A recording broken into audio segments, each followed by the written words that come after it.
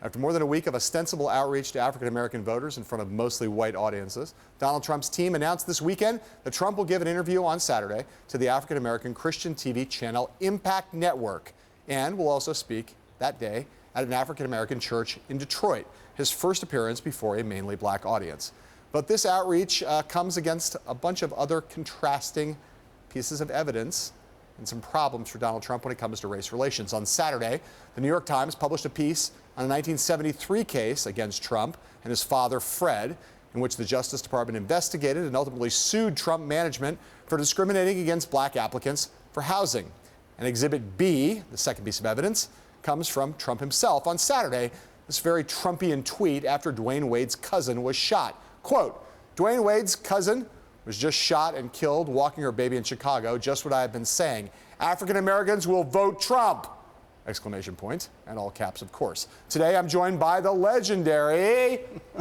Nobody says legendary here, apparently. No. We're not a morning different show. Venue. Anyway, legendary Mike Barnicle. Mike, given Donald Trump's history, given everything that's happened in the course of this campaign, given that tweet, given all the rest of it, Trump's now going to go talk to African-American voters. Does he have any chance, in your view, of doing respectably well for a Republican in 2016 among African-American voters? Could he possibly get to like Mitt Romney levels of black vote support? No, he can't get there because of his lack of familiarity among African-American voters in this country. The things that they are familiar with Donald Trump over, his appearances on TV, Celebrity Apprentice, stuff like that, that's one thing. The things that they are also familiar with Donald Trump, if they do take the time to become familiar with him, do not work to his favor. The fact that, he has been talking about getting the black vote and appealing to African Americans in this country